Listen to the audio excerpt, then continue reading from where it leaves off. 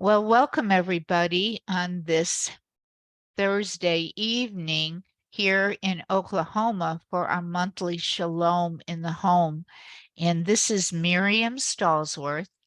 And the topic I chose this month to go over with you was about boundaries. And I was listening to another program recently, and it was on the Torah portion.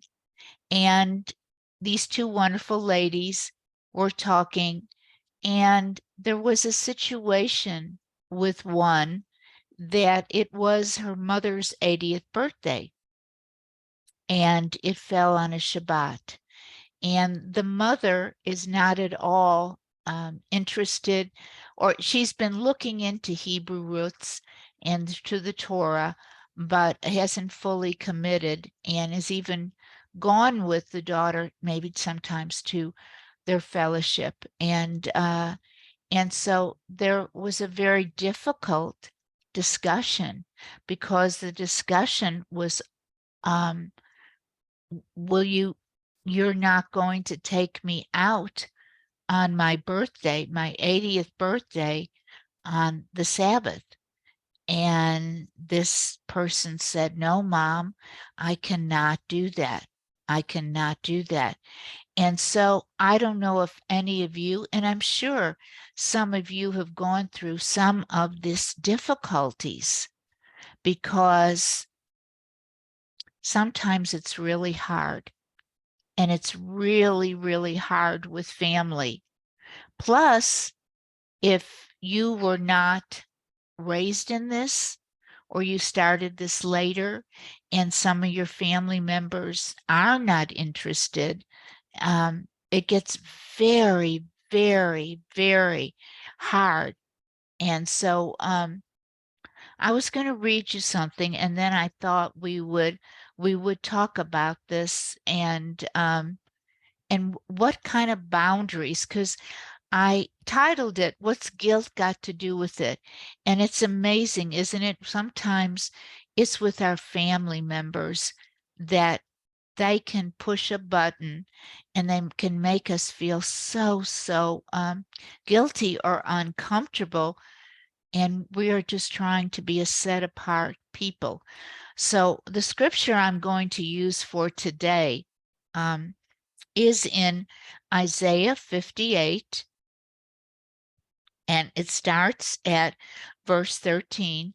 And maybe some of you are very familiar with this also. And I'm reading from verse 13, and this is the New American Standard. If because of the Sabbath you turn your foot from doing your own pleasure on my holy day, and call the Sabbath a delight, the holy day of the Lord honorable, and shall honor it, desisting from your own ways, from seeking your own pleasure, and speaking your own word. Then you will take delight in the Lord. I will make you ride on the heights of the earth, and I will feed you with the heritage of Jacob your father, for the mouth of the Lord has spoken. Now, how wonderful is that? I will feed you with the heritage of Yaakov, your father, our father, for the mouth of the Lord has spoken, and you will delight in the Lord. This is so hard, because we don't want to come off like we are so highly judgmental or a religiosity, because we know it's not a religion, it's a daily walk. And here it even says here, if you will turn your foot from the way you walk into things and doing your own pleasure.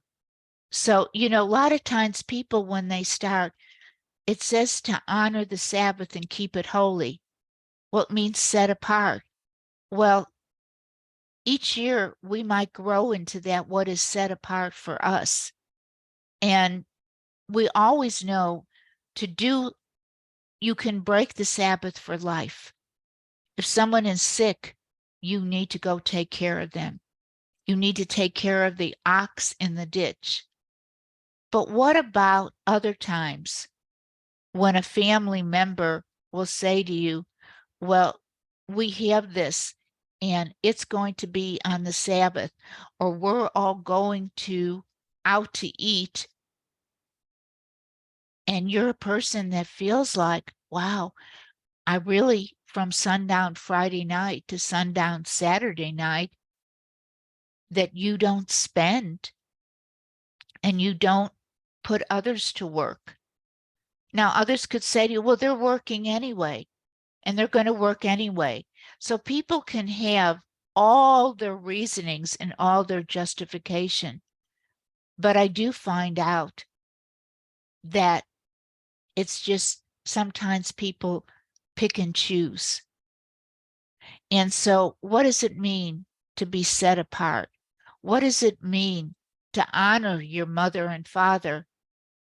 Meaning to respect them, but it doesn't mean that you have to do exactly what they say, especially if you're a grown up and you're in your own house. Of course, we're talking about that. So I know I had many situations where my husband and I were not only keeping the Sabbath, but we were leaders of the congregation. And so many times there would be birthday parties where they would be going to some sort of gym, or they would rent out an area where there'd be all kinds of games, and going to a special place with the restaurant, or it be a soccer game, and it be for a little 5-year-old granddaughter or whatever, and it would be 2 o'clock in the afternoon. And we said we couldn't go, and that we would be happy to go any other time, but we could not go. And so for all the other relatives or people that were all going because they didn't do this, it appeared like they were the great relative, or possibly could they love this child more than we love them, that we wouldn't give up? And really, when I said, what does guilt have to do with it? What's love got to do with it? Because our first love is for our Creator. Our Creator. We have a wedding ring, a wedding band, and that is that we are dedicated to the Sabbath. We have made that covenant.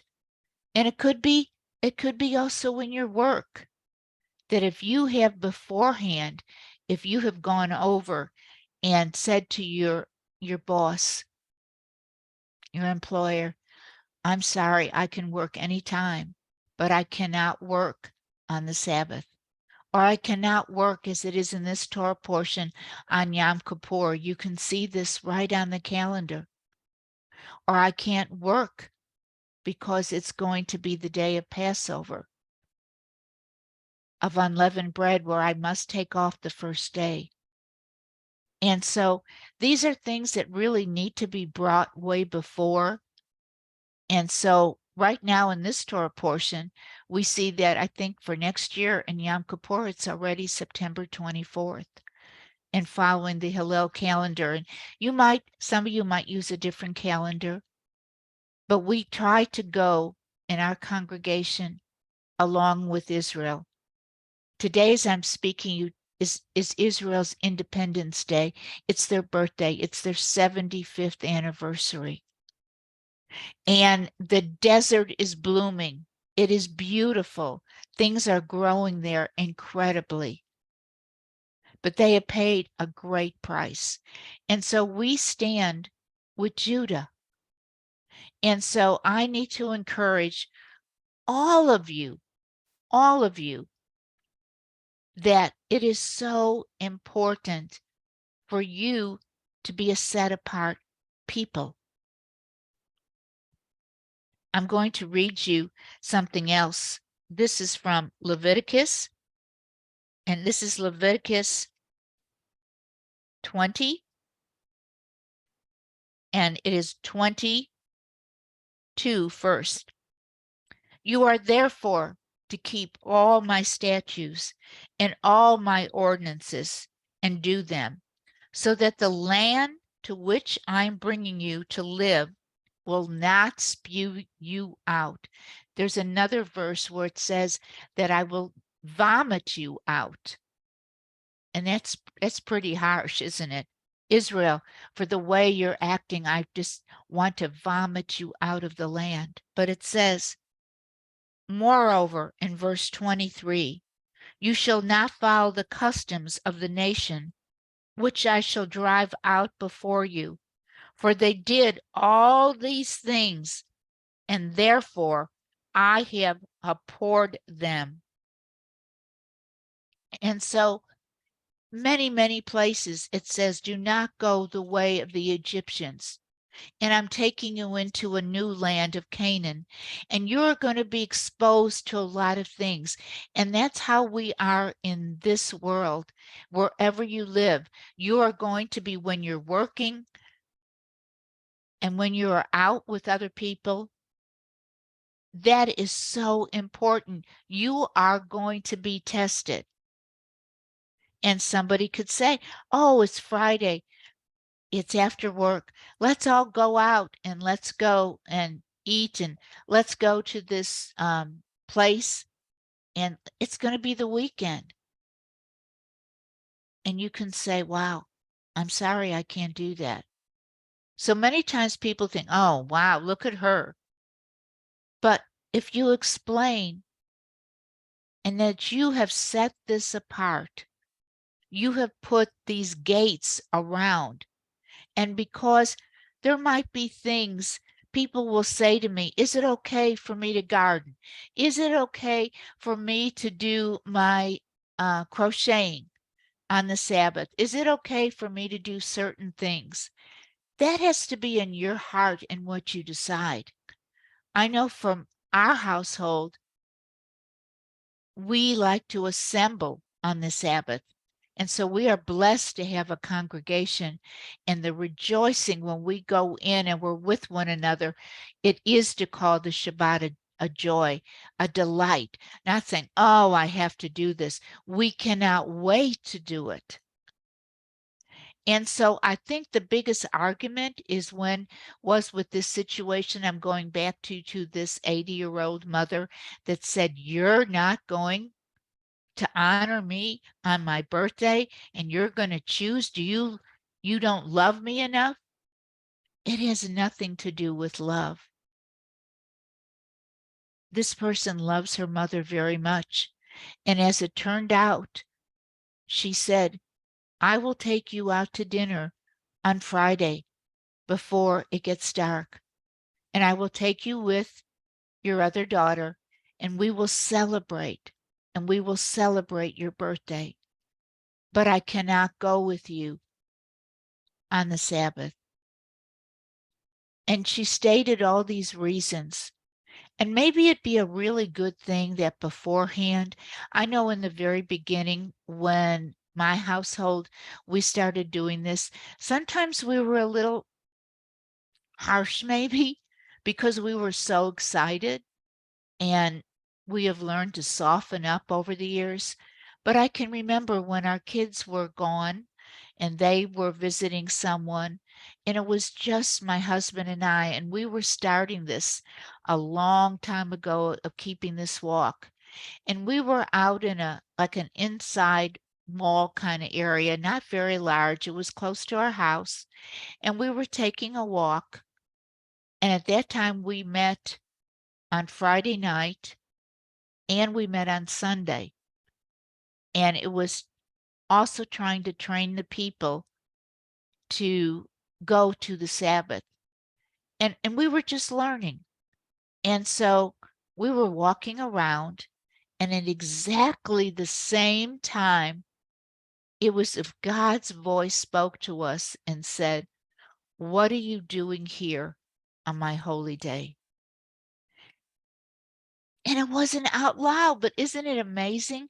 He spoke this voice from heaven, this Bakol from heaven spoke and said to both of us in our nephesh, in our soul, "What are you doing here on my holy day?" We looked at each other with tears in our eyes, and we turned around, we went back into our car, and we went home. That is how God spoke to us. And then we went to each person in the congregation and we said, "You know what? We're doing this on Friday night, but we're so active that we got to get busy to go to the congregation, and our children are helping us, and we don't have time to bless them and spend time with them. And they're helping in the congregation." And so we went to each person and said, "We're now going to change it to the Sabbath day. So you have time to celebrate with your family, to bless them, to put your hands and place them on the heads of your son and have him have the double blessing like Ephraim and Manasseh, to look into the eyes of your husband and recite Psalm 112, for the husband to do Proverbs 31 and look at his wife in the eyes. My husband and I did this for 40 years. It is one of the most romantic things you can do. And then to have a meal that's set before a king, and our words are not idle words. We're talking about Torah and about lifting one another up. And we take a deep breath before we enter into the Sabbath and light the candles. And we say to one another, we take a deep breath and we leave all the cares of the week behind. And if you're by yourself, invite others in. And you might be feeling exhausted, but if you start that preparation early, because we go from one Shabbat to another, you are a holy people. You will be set apart. There will be things that we lift up to a higher plane, whether it is eating and we look at the labels. We just don't lift that hamburger into our mouth and chew it. We bless God. We have so many blessings. And so when you are talking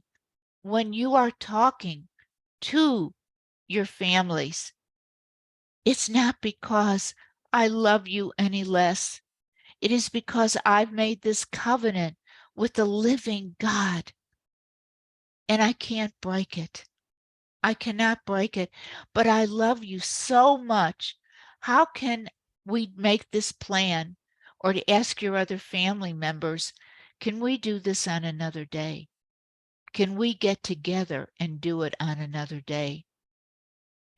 And I think if you do this beforehand and if you explain and not do it in a way where you're saying, wow, we're just holier than thou. No, it's about a relationship. And if they will see your daily walk, because your discipleship that you are doing is your life and what you represent. And there will be times when you will be tested, and there will be times when others will say, "Why are you doing this?" And you will be always prepared to give an answer. And when you are distracted, say, "Okay, I have these other things first to do on the Sabbath, and then I'll come over to the congregation for a while, or I'll come back to my house." It is a distraction. You'll be driving and you'll be going other places, and your mind is not focused. You might even call it as if you have another lover. So you get into the vehicle of Shabbat, and it's like you have blinders on. And you make it and you tell people, come enjoy this meal, this feast with me. And you make it so beautiful that they see the beauty of it in it. And they're rejoicing in it. And none of us like to be rejected. None of us feel like our relatives or our family are going to be upset with us. And I pray that that doesn't happen, and you can work that out, because we are to love one another. And I have a book here. It is called The Light from Zion, and it is edited by Britt Lode, Lode, and it's revealing hidden paths of the kingdom, a powerful message from 12 rabbis about unity, true treasures in God's loving heart. And in all the books we read, whether it's a Christian commentary or it's from different rabbis that have spoken on a different parasha, we eat the chicken and we throw out the bones. Some people would say, well, I'm not going to read this because this is just from a Jewish source. And that is just a lack of understanding, because all commentary is somebody's opinion. But it says here, your behavior towards others should be manifestation of your love towards them. Love your fellow man as yourself. I am the Almighty. Leviticus 19:18. You know, it's very easy to repeat that we should love others, but to actually feel that in your heart, as it says in this book, is much more difficult. But even after you sincerely feel this love, your entire behavior towards others should be an expression of it. Constantly be on the lookout for acts of kindness. We are now in the counting of the Omer. And so we are counting our blessings, and each week we take a different attribute, a different ethic, a different musar ethic of value, and how we can raise ourselves up to that level until we get to the 49th and then the 50th day of Shavuot or Pentecost. Look for things you can do for other people. And when you look for them, you will constantly find things to do and words to say. Be very, very careful not to do anything that will harm others or cause them any pain or suffering. And you know, ladies, the biggest pain that I have realized that maybe I have caused is with my tongue.